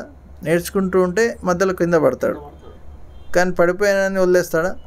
లేదు, మళ్ళీ ప్రాక్టీస్ చేస్తూనే ఉంటాడు. అవునా కదా? సో అలానే ఈ మనస్సు నియంత్రణ అనేది ఒక రోజులో కాదు. ఇప్పుడు ఇన్నాను రేపటి నుంచి అభ్యాసం చేస్తూ ఉండాలి, ప్రయత్నం చేస్తూ ఉండాలి. చేస్తుంటే అప్పుడప్పుడు కాకపోవచ్చు, కానీ దాన్ని వదలొద్దు అని చెప్తున్నారు. నిరంతరం చేస్తూనే ఉండాలి ప్రయత్నం. అలానే మంత్ర అంటే ఏంటి? మనసితి త్రాయతే ఇది మంత్ర, మన్ ప్లస్ త్ర. దేని ద్వారా అయితే మన మనస్సుని నియంత్రణ చేయొచ్చో దాన్ని మంత్ర అంటారు. ఓకే, శాస్త్రాల్లో ఎన్నో మంత్రాలు ఇచ్చారు. ఓకే, కానీ కలిశంతన ఉపనిషత్తులో ఏమని చెప్తున్నారంటే హరేర్నామ హరేర్నామ హరేర్నామేవ కేవలం కలో నాస్తేవ గతిరన్యత. సో ఈ శ్లోకంలో ఏం చెప్తున్నారంటే ఈ కలియుగంలో 6 సార్లు చెప్తున్నారు మొత్తం. ఓకే, హరేర్నామ నాస్తేవ అంటే ఈ కలియుగంలో హరినామం కంటే వేరే దారి లేదు అని చెప్తున్నారు. ఓకే, సో అంటే ఈ హరినామం భగవంతుడి నామాన్ని స్మరిస్తే భగవంతుడు ఈ మనస్సు ఇంద్రియాలని తయారు చేసింది భగవంతుడే. ఇది ఎవరు డిజైన్ చేశారు? భగవంతుడు. ఇప్పుడు ఒక మెషిన్ ఉంది, దాన్ని కంట్రోల్ చేయడం, ఎట్లా ఫంక్షన్ చేయాలని ఎవరు చెప్తారు? ఆ మనిషే. కానీ ఏ మనిషి? ప్రతి మనిషి తయారు చేసిన వ్యక్తి. అలానే మనస్సు ఇంద్రియాలని తయారు చేసింది ఎవరు? భగవంతుడు. కాబట్టి దాన్ని నియంత్రణ చేయడం ఎవరి వల్ల అవుతుంది? భగవంతుడు. కాబట్టి ఆయనను వేడుకుంటే, ఆయన సేవ చేస్తే ఆయన కృప ద్వారా ఈ మనస్సుని నియంత్రణ చేయొచ్చు. కాబట్టి మేము ఈ హరే కృష్ణ మంత్రాన్ని జపం చేస్తాం, తద్వారా ఈ మనసు నియంత్రణకు వస్తుంది. భగవంతుడికి ఒక పేరు ఉంది, ఏంటది? ఋషికేశ. ఋషికేశ అంటే ఎవరైతే మనస్సు ఇంద్రియాలకి అధినేత, ఎవరైతే దాన్ని నియంత్రణలో పెట్టవచ్చు, సో పెట్టేవారిని ఋషికేశ అంటారు. సో ఆయన నామాన్ని మనం జపం చేస్తే ఆయన నియంత్రణ చేస్తారు. అలా సో ఈ విధంగా మనం మన మనసుని నియంత్రణ చేసుకోవచ్చు. నార్మల్ పీపుల్ లైఫ్ స్టైల్కి మీ లైఫ్ స్టైల్కి డిఫరెన్స్ ఏంటి ప్రభుజీ? అంటే నార్మల్గా మేము ఎట్లా అంటే ఎంటర్టైన్మెంట్కి ఎక్కువ ఇంపార్టెన్స్ ఇస్తాం, సినిమాలు కానీ ఇట్లా. అలా మీరు ఏం చేస్తారు మీ లైఫ్లో? వాళ్ళిద్దరికి డిఫరెన్స్ కొంచెం చెప్పగలుగుతారా? ఓకే, లైఫ్ స్టైల్కి డిఫరెన్స్ ఏంటి మనకు భక్తులకి, సామాన్యమైన జనాలకి, ప్రజలకి? ఓకే, సో శ్రీమద్ భాగవతంలో ఏం చెప్తారంటే అతత్పుంబి ద్విజశ్రేష్ఠ వర్ణాశ్రమ విభాగశ స్వనిష్ఠితి సర్ ధర్మస్య సంసిద్ధిర్ హరితోషణం. అంటే ఇప్పుడు ఎన్నో ఆశ్రమాలు ఉన్నాయి, చెప్పాను, బ్రహ్మచారి, గృహస్థులు అలా. సో అలానే వివిధ జాతుల వారు ఉంటారు. కానీ వీరందరూ ఏం చేయాలి అని చెప్తున్నారంటే ఈ శ్లోకంలో సంసిద్ధిర్ హరితోషణం. అంటే మనం ఏం చేసినా కూడా హరికి ప్రసన్నం, అంటే భగవంతుడు విష్ణువుని ప్రసన్నం చేయడానికి పని చేయాలని చెప్తున్నారు. ఇప్పుడు ప్రశ్న రావచ్చు, మరి భగవంతుడిని ప్రసన్నం చేయడానికి నేను ఎందుకు పని చేయాలి అని. కరెక్టే కదా, ప్రశ్న రావచ్చు, ఆయన ఎందుకు నేను ప్రసన్నం చేయాలి అని. సో శ్రీల ప్రభుపాద్ ఒకసారి మార్నింగ్ వాక్ వెళ్ళారు జూహు బీచ్లో, బాంబేలో. సో అలా ఒక బిజినెస్ వ్యక్తి కూడా ఆయనతో ఉన్నారు. సో అక్కడ ప్రభుపాద్ వారిని చెప్తున్నారు, కర్మయోగం గురించి మాట్లాడుతూ ఎలా మనం భగవంతుడికి మనం చేసే పని యొక్క ఫలితాన్ని అర్పించాలని చెప్తున్నారు. సో ఆ బిజినెస్ వ్యక్తి అన్నాడు, మరి నేను కష్టపడి పని చేస్తే అది భగవంతుడికి ఎందుకు అర్పించాలి ఆ ఫలితాలని అని ప్రశ్న అడిగాడు. సో అప్పుడు ప్రభుపాద్ అన్నారు, యాక్చువల్గా మీరు ఏం పని చేస్తున్నారు, మీరు ఏ బిజినెస్ అని అడిగారు. సో అతను అన్నాడు, నేను గ్లాస్ చేస్తుంటాను, గ్లాస్ గ్లాస్ బిజినెస్ చేస్తుంటాను అన్నారు. సో అప్పుడు అతన్ని అడిగాను, మరి ఈ గ్లాస్ ఎక్కడి నుంచి వస్తుంది? అతను అన్నాడు, గ్లాస్ వచ్చేసి సిలికా నుంచి వస్తుంది. సిలికా ఎక్కడి నుంచి వస్తుంది? మట్టి నుంచి వస్తుంది. మట్టి ఎక్కడి నుంచి వస్తుంది? భూమి నుంచి వస్తుంది. భూమి ఎక్కడి నుంచి వస్తుంది? భగవంతుడి నుంచి వస్తుంది, సృష్టి నుంచి. సృష్టి ఎవరు తయారు చేస్తారు? భగవంతుడు. కృష్ణుడు భగవద్గీతలో చెప్తాడు, భూమిరపో నలో వాయుర్కమ్మనో బుద్ధిరేవచ అహంకారమితి ఎమ్మే భిన్నా ప్రకృతి అష్టద. ఈ పంచమహాభూతాలు ఏవైతే ఉన్నాయో, ఏంటి, భూమి, నీరు, అగ్ని, ఇవన్నీ కూడా ఇవి ఎక్కడి నుంచి వస్తున్నాయి? నా నుంచి వస్తున్నాయి అని కృష్ణుడు చెప్తున్నాడు, రైట్? సో ఆఖరికి అన్ని సర్వకారణాలకి కారణం భగవంతుడు, కృష్ణుడు. ఈ భూమి అన్నీ కూడా ఆయన నుంచే వస్తున్నాయి. కానీ మనం ఏం చేస్తున్నాం? ఆయన నుంచి అన్నీ తీసుకుంటున్నాం, ఆయనని మర్చిపోతున్నాం, నెగ్లెక్ట్ చేస్తున్నాం. అవునా కదా? కాబట్టి ఆయనకి కృతజ్ఞతాభావాన్ని చూపించాలి కదా, అవునా కదా? అదే తప్పు మనం చేసేది. ఇప్పుడు ఇంకో ఉదాహరణ ఇస్తాను. ఉదాహరణకి ఒక స్టూడెంట్ ఎగ్జామ్లో మంచి మార్క్స్ వచ్చాయి, ఓకే, ఫస్ట్ ర్యాంక్ వచ్చింది. సో నేను ఒక స్కూల్లో అడిగాను యాక్చువల్గా, మరి భగవంతుడికి మీరు కృతజ్ఞత చూపించాలి అని. అతను, నేను ఎందుకు చూపించాలి? నేను కష్టపడి చదివాను, నేను ఎందుకు భగవంతుడికి కృతజ్ఞత చూపించాలి అని. లాజికల్గా ఆలోచిస్తే కరెక్టే, ఆయన కష్టపడితే భగవంతుడు ఎట్లా వచ్చిండు పిక్చర్లో. కానీ మనం ఆలోచించాలి ఏంటి, ఫస్ట్ ఆఫ్ ఆల్ ఇప్పుడు ఒక వ్యక్తి జీవించాలి అంటే ఆహారం కావాలి, సూర్యకిరణాలు కావాలి, గాలి కావాలి, ఇవన్నీ ఎవరిస్తారు? భగవంతుడు. కూరగాయలు తినాలి, మనం అన్నం తినాలి, ఇవన్నీ ఎక్కడి నుంచి వస్తున్నాయి? భగవంతుడు ఇస్తున్నాడు కదా. ఆయన ప్రకృతిలో ఇవన్నీ పుట్టిస్తున్నారు, అవునా కదా? దానివల్లే మనం తినగలుగుతున్నాం, గాలి స్వీకరిస్తున్నాం, రైట్? ఇవన్నీ యాక్చువల్గా భగవంతుడు వీటన్నిటికీ బిల్లు పెట్టాడు అనుకో, ఏమవుతుంది? పెట్టట్లేదు, ఫ్రీగా ఇస్తున్నాడు కాబట్టి మనం మర్చిపోతున్నాం, అవునా కదా? ఇప్పుడు గాలి కోవిడ్ టైంలో అర్థమైంది ఆక్సిజన్ ఎంత ఇంపార్టెంట్ అని, అవునా కదా? సపోజ్ మనకు సూర్యుడు లేదనుకో, ఏమవుతుంది? చనిపోతాం మనం, ఆఖరికి చనిపోతాం. ఇవన్నీ సూర్యకిరణాలు, ఇవన్నీ భగవంతుడు ఫ్రీగా ఇస్తున్నాడు, మరి కృతజ్ఞత చూపించాలి కదా. ఇప్పుడు అలానే చదివిన వ్యక్తి, అతనికి శరీరం ఇచ్చాడు, మంచి బుద్ధి ఇచ్చాడు, కళ్ళు ఇచ్చాడు, కళ్ళు లేవనుకో చదవగలుగుతాడా? చెవులు లేవనుకో రోగం వస్తే, మంచి శరీరం ఇచ్చాడు, మరి ఇవన్నీ ఇచ్చాకే చదవగలుగుతున్నాడు, అవునా కదా? మరి భగవంతుడికి కొంచెం కృతజ్ఞత భావాన్ని చూపించాలి కదా, అవునా కదా? ఇవన్నీ భగవంతుడు ఇస్తున్నాడు కాబట్టి అందుకే. అలానే ఇంకేంటి, కృష్ణుడు ఏమంటాడు భగవద్గీతలో, సర్వశ్చ చాహం హృది సన్నివిష్టో మత్త స్మృతి జ్ఞానం అపోహనం చ. అంటే ప్రతి ఒక్కరి హృదయంలో నేను పరమాత్మ రూపంలో ఉంటాను, నా నుంచి మత్త స్మృతి జ్ఞానం అంటే నేనే వారికి గుర్తు చేస్తున్నాను, జ్ఞానాన్ని ఇస్తాను, మతి మరుపును నేనే ఇస్తున్నాను భగవంతుడు. సపోజ్ ఎగ్జామ్లో మర్చిపోయాడు, చదివాడు, ఏమవుతుంది? ఫెయిల్ అవుతాడు. కానీ గుర్తు చేసేది ఎవరు? మరి భగవంతుడే. ఆయన గుర్తు చేస్తున్నాడు కాబట్టి చదవగలుగుతున్నాడు కదా, గుర్తు వస్తుంది. మరి కృతజ్ఞత చూపించాలి కదా, అవును కదా? కాబట్టి స్టూడెంట్ కూడా చూపించాలి కదా. ఎవరైనా సక్సెస్ వస్తే దాని వెనకాల భగవంతుడు అని మర్చిపోకూడదు. అలానే ఇంకో ఉదాహరణ ఇస్తాను. ఇప్పుడు ఉదాహరణకి న్యూటన్ ఉన్నాడు, అతను లా ఆఫ్ గ్రావిటేషన్, గురుత్వాకర్షణ శక్తిని కనుగొన్నారు. దానికి అతనికి నోబెల్ ప్రైజ్ వచ్చింది. సరే, అది కనుగొన్నారు, అది ఓకే. కానీ అది తయారు చేసింది ఎవరు? ప్రకృతిలో అది ఎవరు చేసి ఫస్ట్? న్యూటన్ తయారు చేసిన? భగవంతుడు అది తయారు చేసి ప్రకృతిలో పెట్టాడు కాబట్టి అతను కనుగొన్నాడు, అతను తయారు చేయలే కదా. అందుకే శ్రీల ప్రభుపాద ఏమనేవారంటే, యాక్చువల్గా నోబెల్ ప్రైజ్ భగవంతుడికి ఇవ్వాలి. ఇప్పుడు ప్రశ్న, ఇప్పుడు గురుత్వాకర్షణ శక్తి తయారు చేయడం కష్టమా, కనుగొనడం కష్టమా?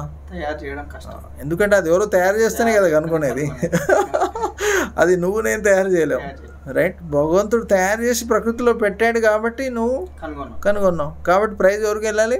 భగవంతుడు. అవును మరి. కానీ మనం ఏం చేస్తున్నాం? మనుషులకి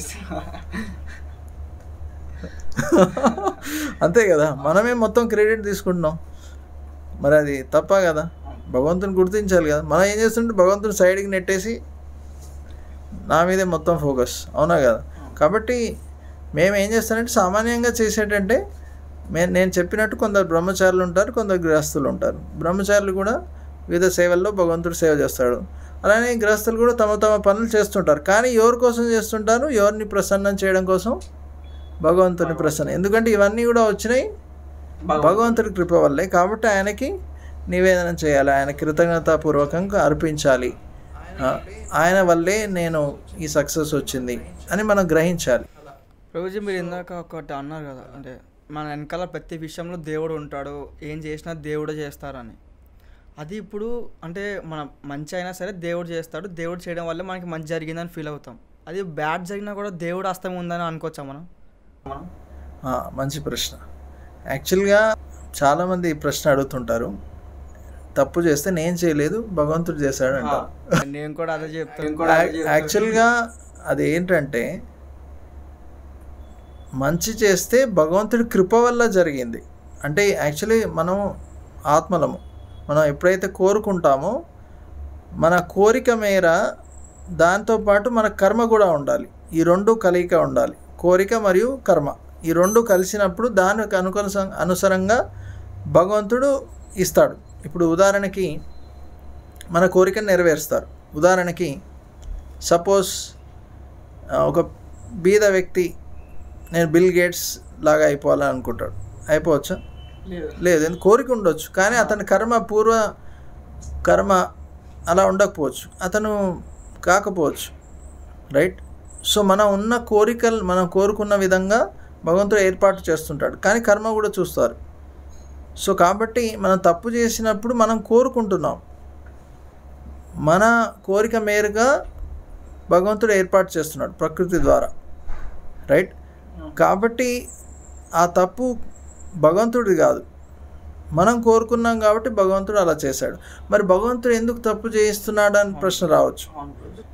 ఎందుకంటే భగవంతుడు ప్రతి ఒక్కరికి స్వతంత్రాన్ని ఇస్తారు. ఇప్పుడు సపోజ్ భగవంతుడు స్వతంత్రాన్ని ఇవ్వలేదు, అప్పుడు మనం అందరు రాబర్ట్స్ అయిపోతాం కదా.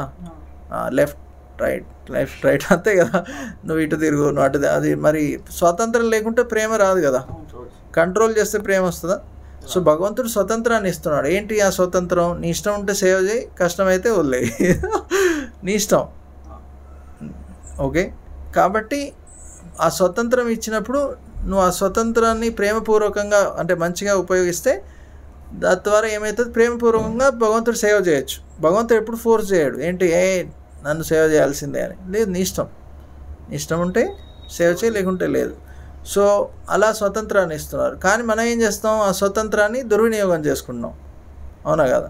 మనం చెడుగా ఆలోచిస్తున్నాం, చెడుగా కోరుకుంటాం, కాబట్టి దాన్ని భగవంతుడు పూర్తి చేస్తున్నాడు. మనం కోరుకుంటున్నాం కాబట్టి ఆ విధంగా ఏర్పాటు చేస్తున్నాడు భగవంతుడు ప్రకృతి ద్వారా. అది భగవంతుడు తప్పు కాదు, అది మన తప్పు. నువ్వెందుకు కోరుకున్నావు? ఫస్ట్ నీది తప్పు. మూలకారం నీది, భగవంతుడు కాదు. విత్తనం నాటింది నువ్వు. చెట్టు భగవంతుడు ఏర్పాటు చేయొచ్చు, కానీ విత్తనం నాటింది నువ్వు. అలాంటి విత్తనాన్ని ఎందుకు నాటావు? అవునా కదా? కాబట్టి అలాంటి కోరిక ఉంది కాబట్టి అలా అయింది. అది నీ తప్పు, భగవంతుడు తప్పు కాదు. కాబట్టి మనం ఎప్పుడు తప్పు చేసినప్పుడు ఇది భగవంతుడు చేశాడని భగవంతుని దూషించవద్దు. అది చేసి నేను కోరుకున్నాను కాబట్టి ఇలా భగవంతుడు ఆ శక్తి ఆలోచన ఇచ్చిండొచ్చు, అది కరెక్టే. అలానే మనం మంచి కోరుకుంటే భగవంతుడు ఆ విధంగా కూడా ఏర్పాటు చేస్తున్నాడు. నేను మరి ఇలా భక్తి మార్గంలోకి ఎలా వచ్చాను? ఒకానొక సమయంలో కోరుకున్నాను, అయ్యో ఇది ఇలా నేను ఏదో తప్పు చేస్తున్నట్టుంది, మంచి దారిలో వెళ్ళాలి. అప్పుడు ఏం చేశాడు? భగవంతుడు భక్తుల్ని పంపించాడు. ఎలా? ఆటోమేటిక్గా రాలే కదా, భగవంతుడు ఏర్పాటు చేశాడు. భక్తులు వచ్చారు, నాకు ఈ జ్ఞానాన్ని పంచారు, కాబట్టి నాలో మార్పు వచ్చింది. సో మన కోరికను బట్టి భగవంతుడు అన్ని ఏర్పాట్లు చేస్తున్నారు. మనం మంచిగా కోరుకుంటే భగవంతుడు. ప్రభుజీ, ఇప్పుడు కృష్ణుడు ఒక భక్తుల దినచర్య ఎలా ఉంటుంది ప్రభుజీ? కృష్ణుడిదా ఉండొచ్చు, లేదా మీదా ఉండొచ్చు, మీ దినచర్య ఎలా ఉంటుంది? సో మా దినచర్య వచ్చేసి, మొదట రాత్రి మేము తొందరగా నిద్రపోతాం. ఓకే, చాలామంది యాక్చువల్లీ మన ప్రకృతి అలా ఎందుకు ఉంది? ఇప్పుడు 7 కాగానే ఏమవుతుంది? చీకటి. ఎందుకు? దేవుడు అలా ఏర్పాటు చేశాడు. ఎందుకు? నిద్రపోవాలని. యాక్చువల్గా డే టైంలో భగవంతుడు ఒక డే బల్బ్ పెట్టేశాడు, నైట్లో నైట్ బల్బ్ పెట్టేశాడు. డే బల్బ్ ఏంటి? సూర్యుడు. బల్బ్ ఏంటి? చంద్రుడు. ఎందుకు అట్లా పెట్టాడు? నైట్ బల్బ్ ఎందుకు పెట్టాడు? నైట్ పడుకోవాలి. నైట్ బల్బ్ ఎందుకు ఆన్ చేస్తాం? నిద్రపోవడానికి కదా. అవునా కదా? మరి చీకటి అయింది ఎందుకు? ప్రకృతి ఏం చెప్తుంది మనకు? పడుకోమని. నిద్రపో, పొద్దున్న లేవాలి అని. కానీ మనం ఏం చేస్తున్నాం? లైట్ ఆన్ చేస్తున్నాం. నైట్ ఇప్పుడు మొత్తం ఉల్టా అయిపోయింది జనాలు. నైట్ ఎక్కువ యాక్టివ్, డే ఇన్యాక్టివ్, అంటే లేట్గా వేస్తున్నారు. యాక్చువల్లీ ఆయుర్వేదంలో చెప్తున్నారు యాక్చువల్గా ఇలా లేట్గా నిద్రపోతే ఆరోగ్యం కూడా చెడవుతుందని. యాక్చువల్లీ ఒక ఆయుర్వేద శాస్త్రంలో ఏం చెప్పారంటే రాత్రి 9 నుంచి 12 వరకు ప్రతి 1 గంట నిద్ర 2 గంటలతో సమానం. 12 నుంచి 3 ప్రతి 1 గంట 1 గంటతో సమానం. 3 నుంచి 6 ప్రతి గంట అర్ధ గంటతో సమానం. అంటే అంత నిద్ర వచ్చినట్టు, అంత మంచిగా నిద్ర వస్తుంది మనకు, అంత నిద్రపోయినట్టు. 6 తర్వాత నిద్రపోతే రోగాలు పెరిగే అవకాశం ఉంది ఆయుర్వేదంలో చెప్తున్నారు శాస్త్రాల్లో. సో కాబట్టి ప్రకృతిలో దేవుడు ఆల్రెడీ ఈ విధంగా ప్రకృతిని అరేంజ్ చేశారు. దాని ఆ దినచర్యని మనం పాటిస్తే ఆరోగ్యంగా మంచిగా ఉంటాం. కానీ దానికి విరుద్ధంగా మనం ఉల్టా చేస్తే కష్టం. సో ఇంకోటి ఏంటి, రాత్రి దానవులకి శక్తివంతమైంది. అంటే రాత్రిపూట చెడు ఆలోచనలు, చెడు పనులు చేయడానికి ప్రేరణ ఎక్కువ ఉంటుంది. కాబట్టి మంచిది కాదు. జనరల్గా దొంగలు ఎప్పుడు వస్తారు? నైట్, డేలో వస్తారా? రారు కదా జనరల్గా. అంటే చెడు పనులు జనరల్గా నైట్లోనే అవుతుంటాయి, అవునా కదా? కాబట్టి మేము తొందరగా నిద్రపోతాం, జనరల్గా 9, 9:30 మ్యాక్స్. సో జనరల్గా బ్రహ్మచారులు 3:30, 4 లేస్తారు. సో మందిరంలో 4:30కి మంగళారతి ఉంటుంది. భగవంతుడి ఆలయంలో భగవంతుడికి ఆరతి జరుగుతుంది. ఆ ఆరతి మేము మొత్తం అటెండ్ అవుతాం. ఓకే. సో ఎందుకంటే పొద్దున్న లేవగానే మనము ఏ రకంగా మన మనసుని దేని మీద కేంద్రీకరిస్తే ఆ విధంగా మన మనసు ఉంటుంది. సో భగవంతుడి ఆలోచనలో భగవంతుడిని మన మనసులో స్వీకరిస్తే మనస్సు కూడా నిర్మలంగా శాంతిగా ఉంటుంది.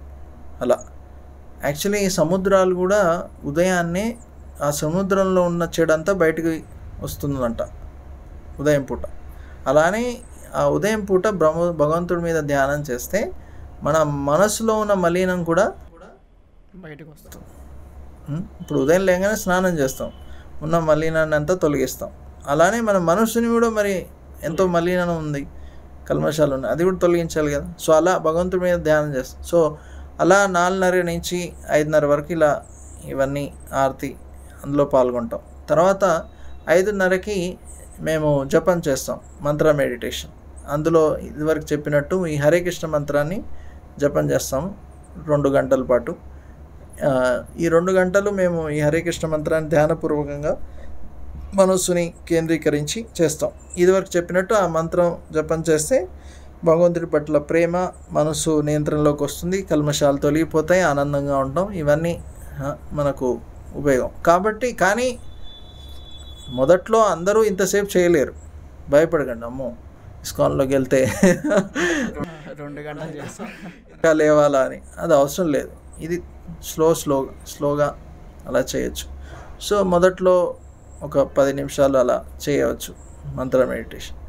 తర్వాత 7:30కి దర్శనార్థి, అంటే భగవంతుడి మళ్ళీ కొత్త వస్త్రాలతో డ్రెస్సింగ్ చేసి దర్శనం ఇస్తారు భగవంతుడు 7:30కి. తర్వాత 8 గంటలకి శ్రీమద్ భాగవతం క్లాస్ ఉంటుంది, మన పురాణం శ్రీమద్ భాగవత పురాణం. అలా తర్వాత 9ంటికి మేము మా ప్రసాదం ఉంటుంది. ఓకే. సో అది తీసుకున్నాక వివిధ భక్తులు వివిధ డిపార్ట్మెంట్స్లో సేవలు చేస్తుంటారు. బ్రహ్మచారీస్ వచ్చేసి కొందరు పూజారీస్, కొందరు బయటికి వెళ్ళి స్కూల్ కాలేజ్లో ప్రచారం చేయడం. ఎందుకంటే నేను ఇదివరకు చెప్పినట్టు మనకు అన్ని రకాల టీచర్స్ అవసరం, ఆధ్యాత్మికంగా కూడా టీచర్స్ అవసరం. కాబట్టి కొందరు వెళ్ళి భగవద్గీత వితరణ చేస్తుంటారు వివిధ స్థలాల్లో, లేకుంటే స్కూల్స్లో, కాలేజెస్లో. కొందరు ఇంకా మందిరంలో మేనేజ్మెంట్ చూసుకుంటుంటారు. సో ఈ విధంగా కొందరు యువకులకి ప్రచారం చేస్తుంటారు. ఇలా వివిధ రకాలుగా ఎన్నో సేవలు ఉంటాయి.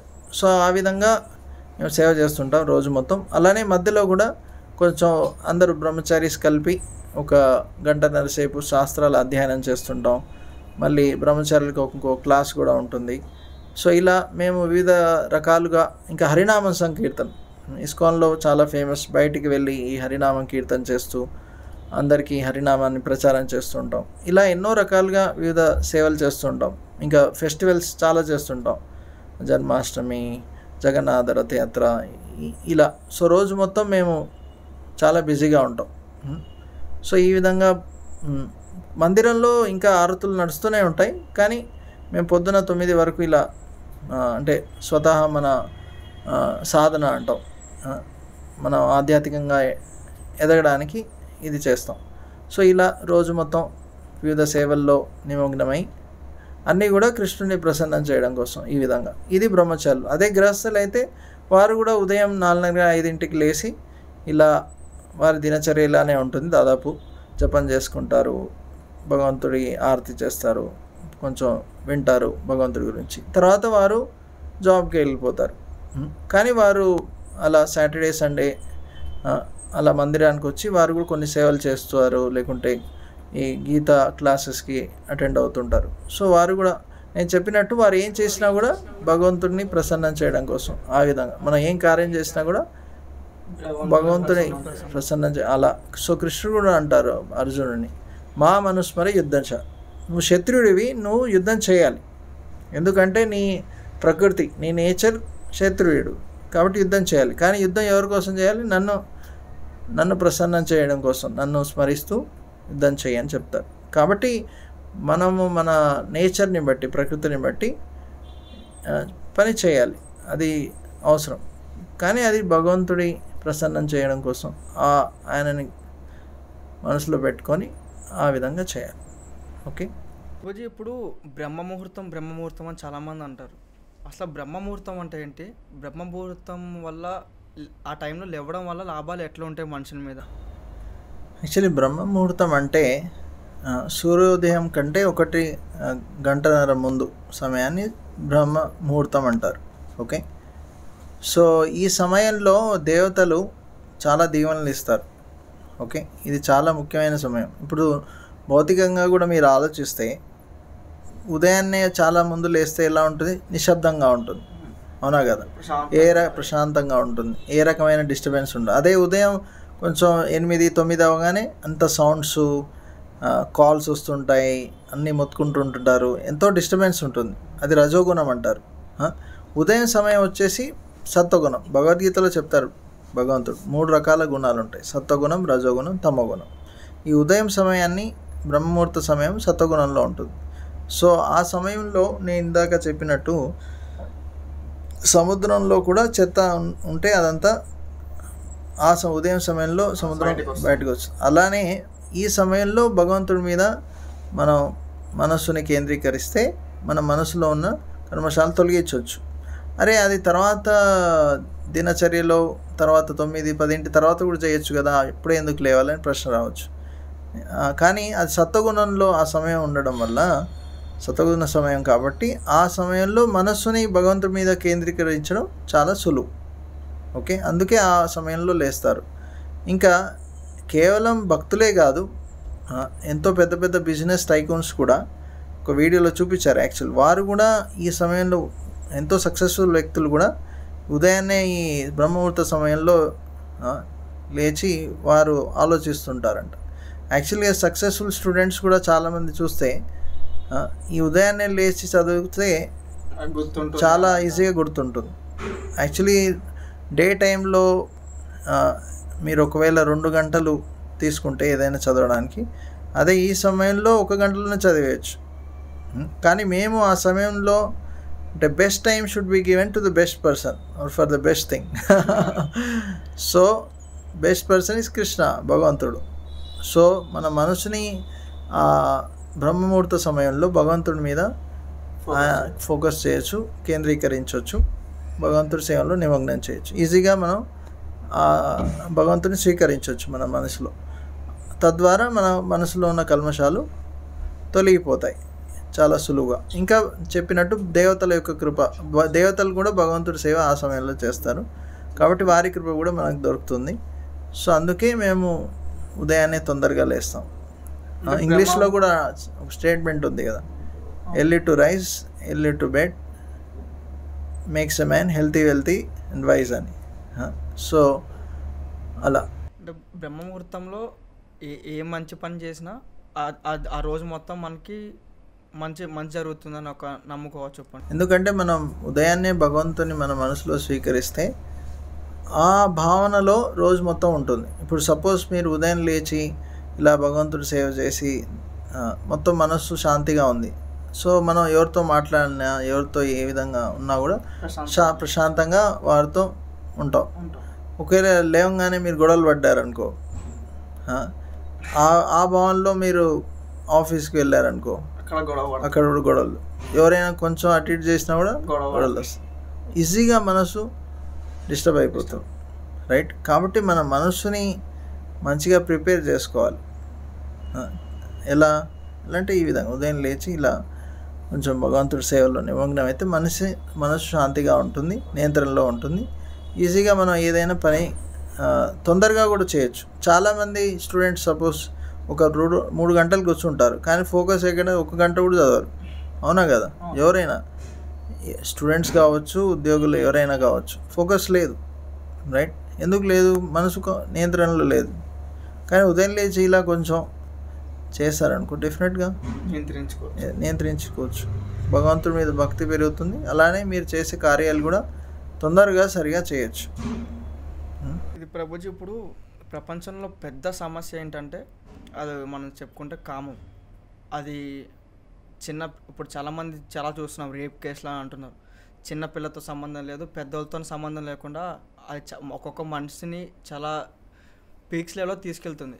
దాన్ని ఎలా కంట్రోల్ చేయాలి? అది కంట్రోల్ చేయడానికి కొన్ని ఏమైనా టిప్స్ ఏమైనా చెప్పగలుగుతారా? కరెక్టే. సో ఈ కామం మనని కామ్గా ఉండనియట్లే. ఇది వరకు నేను చెప్పినట్టు రావణుడిని ఎలా రావణుడు కామం వల్ల స్వతహా అతనికి కష్టం వచ్చింది, తన చెందిన అన్నీ కూడా కోల్పోయాడు, రైట్? సో దీని గురించి భగవద్గీతలో కృష్ణుడు ఏమంటున్నాడు? కృష్ణుడు ఏమంటున్నాడు అంటే మనము ఈ శరీరం కాదు ఆత్మ, మనం ఆత్మలు అని చెప్తున్నారు. సో ఆయన ఏం చెప్తారంటే దేహినోస్మిన్ యథా దేహే కౌమారం యవ్వనం జర తథా దేహాంతర ప్రాప్తిర్ ధీరస్తత్ర న ముహ్యతి. సో ఇందులో ఈ శ్లోకంలో ఏం చెప్తున్నారంటే యాక్చువల్గా మనం పుట్టినప్పుడు చిన్న శిశువుగా ఉంటాం, మనం పెరిగే కొద్దీ శరీరం మారుతుంది. అవునా కదా? సైన్స్లో కూడా ఏమంటారంటే ప్రతి 7 సంవత్సరాలకి అన్ని సెల్స్ మారిపోతాయి. ఒకవేళ మనం ఈ శరీరం అనుకున్నాం అనుకోండి, ఏ శరీరం? చిన్న శరీరమా పెద్ద శరీరమా ఏంటి? మన శరీరం మారుతుంది కానీ మనం మారం. అవునా కదా? రైట్? కాబట్టి మనం ఈ శరీరం కాదు. సో ఈ శ్లోకంలో ఏమంటున్నారంటే ఆత్మ శరీరాలు మారుతుంది, అలానే ఈ జన్మలో కూడా శరీరాలు మారుతుంది, కానీ చనిపోయినప్పుడు అదే ఆత్మ ఈ శరీరాన్ని వదిలేసి ఇంకో శరీరానికి వెళ్ళిపోతుందని చెప్తున్నారు. ఇంకో శ్లోకంలో ఏమంటారంటే వాసాంశ జీర్ణాని యథా విహాయ నవాని గృహ్ణాతి నరోపరాని తథా శరీరాన్ని విహాయ జీర్ణాన్ని అన్యాన్ని సంయాతి నవాని దేహి. ఉదాహరణకి మన బట్టలు ఓకే ఖరాబ్ అయిపోయాను అనుకోండి, అప్పుడు ఏం చేస్తాం? కొత్త బట్టలు తీసుకుంటాం, పాతగా అయిపోతాయి. సో అలానే ఎప్పుడైతే మన శరీరం ముసలితనం వచ్చేస్తుంది, రోగాలు పెరిగిపోతాయి, అప్పుడు ఆ శరీరాన్ని వదిలేసి ఆత్మ వేరే కొత్త శరీరాన్ని తీసుకుంటుందని కృష్ణుడు చెప్తున్నాడు.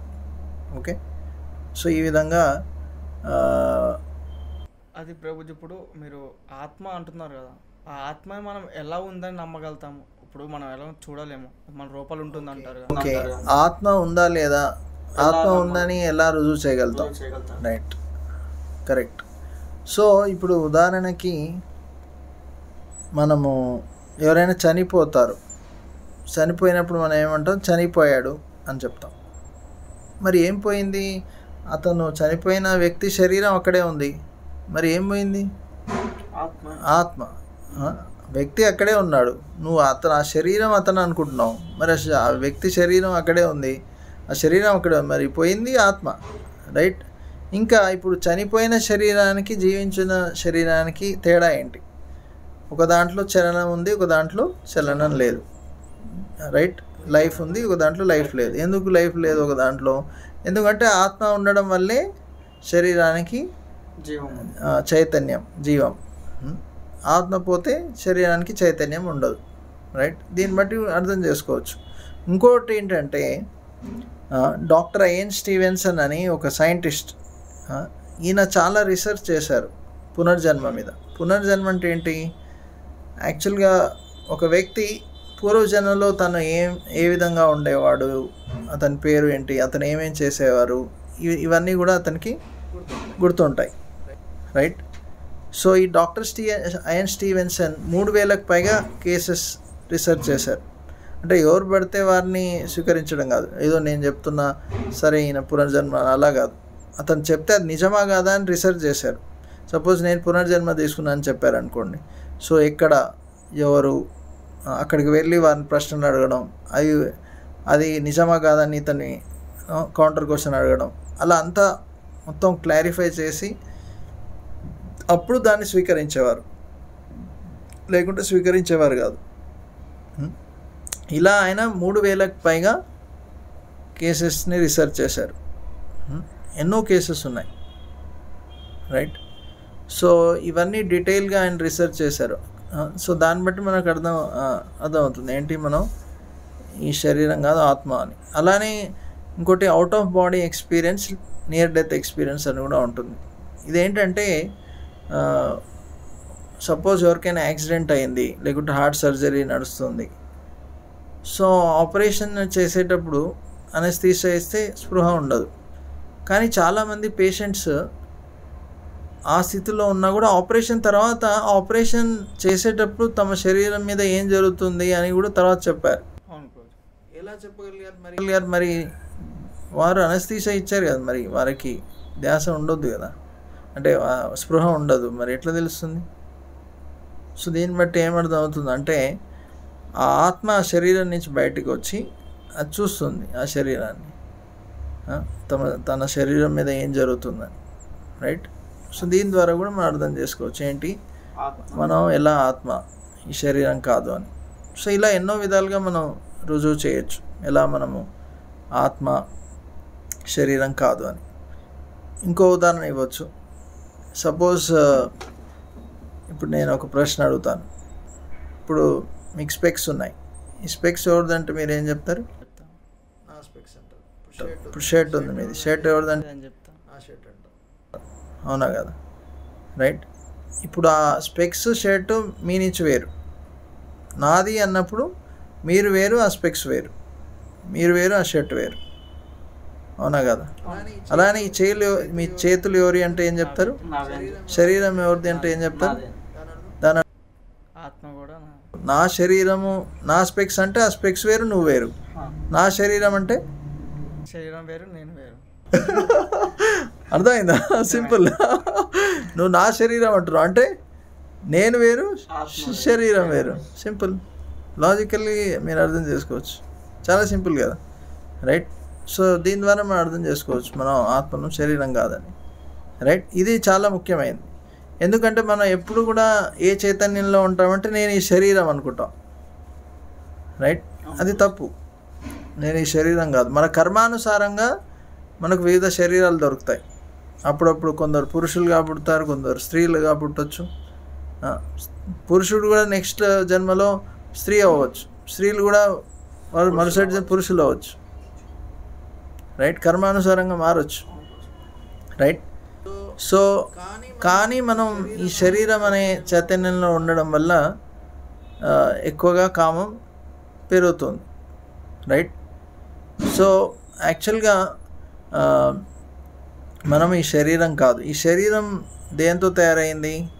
మాంసము, అస్థిపంజరం, రైట్. యాక్చువల్గా ఇది ఒక చిన్న ఏమంటావు మన స్కిన్తో కవర్ అయ్యింది, అవునా కదా. ఇప్పుడు ఒకసారి మన మెడికల్ డాక్టర్స్ జనరల్గా డిసెక్టమీ ఇవన్నీ చేస్తుంటారు. ఆ స్కిన్ తీసేస్తే ఏముంటుంది? స్కెలిటను, మాంసము. మరి ఇవన్నీ కవర్ చేస్తూ ఏముంది? స్కిన్ ఉంది. సపోజ్ మీకు ఎవరైనా మంచి డిజైన్ చేసి ఒక ప్యాక్ ఇచ్చారు, ఒక గిఫ్ట్, బాగుందని ఓపెన్ చేయగానే అందులో ఎముకలు, మాంసము అన్నీ ఉంటాయి, స్వీకరిస్తారా? అది చేయరు. సో శరీరం అలాంటిదే. బయటగా ఎంతో అందంగా, ఎంతో చక్కగా కనిపించే అవకాశం ఉంది, కానీ లోపల ఉంది ఇదే మరి, రైట్. సో యాక్చువల్గా ఒక యువకుడు, ఒక చిన్న కథ, ఒక అందమైన స్త్రీని చూసి ఆకర్షితుడయ్యాడు. సో వెళ్ళి మిమ్మల్ని మీ పట్ల ఆకర్షితుడయ్యాను అని చెప్తారు, మిమ్మల్ని కలవచ్చా అని అంటాడు. సో ఆవిడ అంటుంది మీరు ఒక 2 రోజుల తర్వాత రండి అని చెప్తుంది. సో ఆవిడ ఈ 2 రోజులు ఏం చేస్తుందంటే కొన్ని మందులు తీసుకుంటుంది విరోచనాలు ఇవన్నీ రావడానికి. సో ఆ 2 రోజులు విరోచనాలు వచ్చేసి అవన్నీ కూడా 2 కుండల్లో పెట్టేస్తుంది, మలము విరోచనాలు. సో 2 రోజుల్లో మొత్తం శరీరంలో ఉన్న శక్తి అంతా పోయి అంటే ఆమె అందంగా ఉంటుంది, కానీ ఆ 2 రోజుల్లో ముసలావిడిలాగా అయిపోతుంది, చాలా వీక్గా అయిపోతుంది.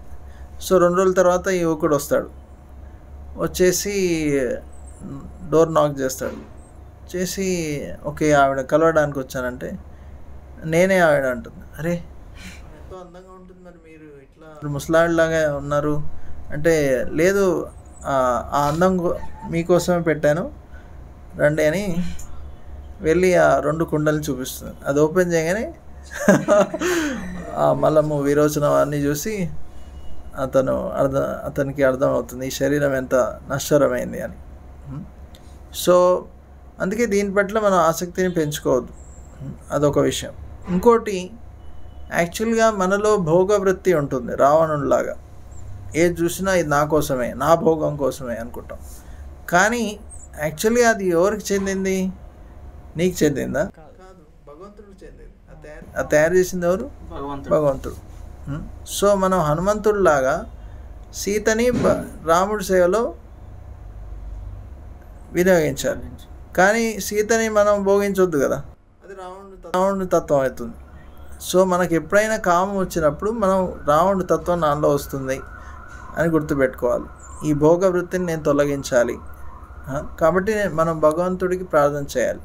నేను చెప్పినట్టు ఈ హరే కృష్ణ మంత్రాన్ని జపం చేస్తే ఆ భోగ వృత్తి, ఆ కామ వృత్తి మనలో తొలగిపోతుంది. అది తొలగించాలి, అది మన వల్ల కాదు, కేవలం భగవంతుడి వల్లే అవుతుంది, ఆయన కృప వల్లే ఆ భోగ వృత్తి తొలగిపోతుంది. ఓకే, సో కాబట్టి ఈ హరే కృష్ణ మంత్రాన్ని మనం ఎంత కుదిరితే అంత జపం చేస్తే తగ్గిపోతుంది. అలానే ఇంకో శ్లోకంలో 2వ అధ్యాయంలో కృష్ణుడు ఏమంటాడంటే, ధ్యాయతో విషయాన్ పుంస సంగస్తేషోపజాయతే సంగాత్ సంజాయతే కామాత్ క్రోధోపి జాయతే. ధ్యాయతో విషయాన్ పుంస అంటే ఏదైనా విషయ వస్తువు మీద ధ్యానం చేస్తే ఆసక్తి పెరిగిపోతుంది. సపోజ్ ఒక యువకుడు ఒక సుందరమైన స్త్రీని చూశారు, సపోజ్ ఒక పోస్టర్లో ఒక హీరోయిన్ చూశాడు, బాగుంది, ఆసక్తి ఫస్ట్ చూసి బాగుంది, కళ్ళతో చూసి బాగుంది, చాలా అందంగా ఉంది. తర్వాత హాస్టల్కి వెళ్ళిపోయాడు, కానీ మనసులో ఏముంటుంది, హీరోయిన్ బాగుంది అని మనసులో ధ్యాయతే విషయం అంటే మళ్ళీ ఆలోచిస్తున్నాడు, బాగుంది. సో ఏమవుతుంది, ఆసక్తి పెరిగిపోతుంది. ధ్యానం చేయడం వల్ల ఆసక్తి పెరిగిపోతుంది, మళ్ళీ ఆలోచించడం వల్ల ఆసక్తి వల్ల కామం పెరిగిపోతుంది. బాగుంది, నేను భోగం చేయాలి అనే కోరిక పెరిగిపోతుంది. కానీ దొరకనప్పుడు ధ్యాయతో విషయాన్ పుంస సంగస్తేషోపజాయతే సంగాత్ సంజాయతే కామాత్ క్రోధోపి జాయతే, కోపం. రైట్. ఇంకో ఉదాహరణ, ఇప్పుడు చిన్న పిల్లలు సపోజ్ మాల్కి వెళ్ళారు, అక్కడ ఎన్నో రకాల ఆట వస్తువులు ఉన్నాయి, ఏదో చూసి ఆసక్తి పెరుగుతుంది, దాన్ని ఆలోచిస్తాడు, ఏం చేస్తాడు, కొద్దిసేపు అయినాక నాకు కావాలంటాడు. ఎంత ధ్యానం చేస్తే అంత ఆసక్తి. సో ఇప్పుడు తల్లిదండ్రులు చెప్తాడు నాకు అది కావాలని, సపోజ్ అది చాలా కాస్ట్ ఉంది అనుకోండి, అవసరం లేదనుకోండి, అప్పుడు తల్లిదండ్రులు ఏమంటారు, అరే అవసరం లేదా నీకంటే, అప్పుడు మీరు అవునా కదా, అప్పుడు చాలా క్రోధం వచ్చేస్తుంది. సో అలానే మన కామం ఎప్పుడైతే భోగించాలనే తత్వం వస్తుందో అది నెరవేరకపోతే కోపం వచ్చేస్తుంది. అదే చూస్తున్నాం మనం కాలేజెస్లో ఎక్కడైనా, సరే ఎవరైనా ప్రపోజ్ చేస్తాను వింటే ఓకే, లేకుంటే డిస్పోజ్. అవునా కదా, ఎందుకు అది ఇంత నా కామాన్ని అంటే నాకు భోగం చేయడానికి కోరిక వచ్చేసింది, అది నువ్వు నెరవేర్చకపోతే అవునా కదా? అవును బ్రో. సో కాబట్టి ఇలాంటి ప్రాబ్లమ్స్ వస్తున్నాయి మరి. కానీ దాని నుంచి బయటపడాలంటే నేను చెప్పినట్టు ఇవన్నీ గుర్తుపెట్టుకోవాలి. భగవంతుడికి సేవ చేయాలి. మనం ఆత్మలం, ఈ శరీరం కాదు. నువ్వు వచ్చే జన్మలో మరి స్త్రీగా పుడితే అవును మరి కర్మానుసారంగా పుట్టొచ్చు. నువ్వు అదే ధ్యానం చేస్తే వచ్చే జన్మలో స్త్రీగా పుట్టే అవకాశం ఉంది. స్త్రీయే కాదు, ఇంకా పశువు, ఎన్నో విధాలుగా కర్మానుసారంగా ఏదో వేరే జన్మ మనం ఈ శరీరం కాదు. అది గుర్తుపెట్టుకోవాలి. రైట్. సో ఇది మర్చిపోవడం వల్ల ఇవన్నీ ఇంకా మనలో ఉన్న ఈ భోగవృత్తి తొలగించాలి. ఇంకోటి ఏంటంటే ఈ సోషల్ మీడియా కూడా ఇప్పుడు చాలా సమయం వేస్ట్ చేస్తుంటాం మనం. అందులో అవసరమైనవి స్వీకరించాలి.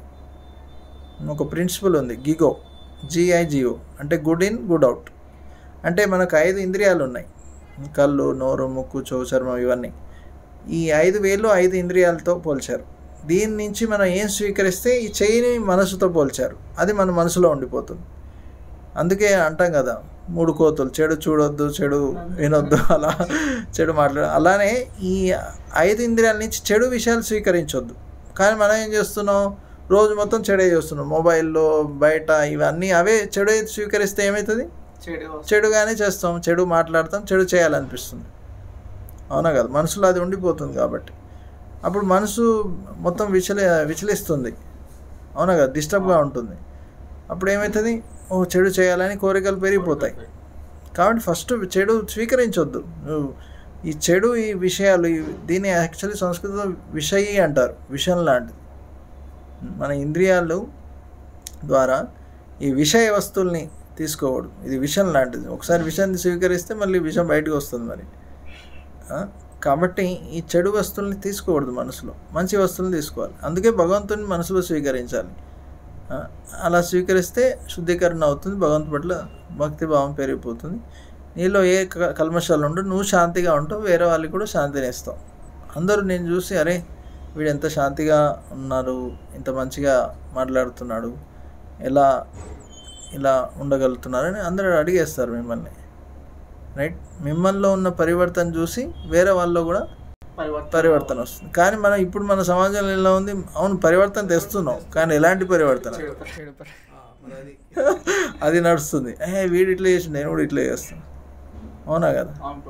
సో అది కరెక్టే మీరు అన్నట్టు. ఈ కామం వల్ల చాలా సొసైటీలో చాలా చెడు జరుగుతుంది. సో కాబట్టి భగవద్గీతలో కృష్ణుడు మనకు ఎన్నో, ఇది కొన్నే చెప్పాను, ఇంకా చెప్పాలంటే ఒక గంట సేపు చెప్పొచ్చు. సో ఎన్నో సూత్రాలు ఇచ్చారు మనకు భగవద్గీతలో భగవంతుడు, ఎలా ఈ మనస్సుని, ఇంద్రియాలని ఎలా నియంత్రణ పెట్టుకోవాలి అని.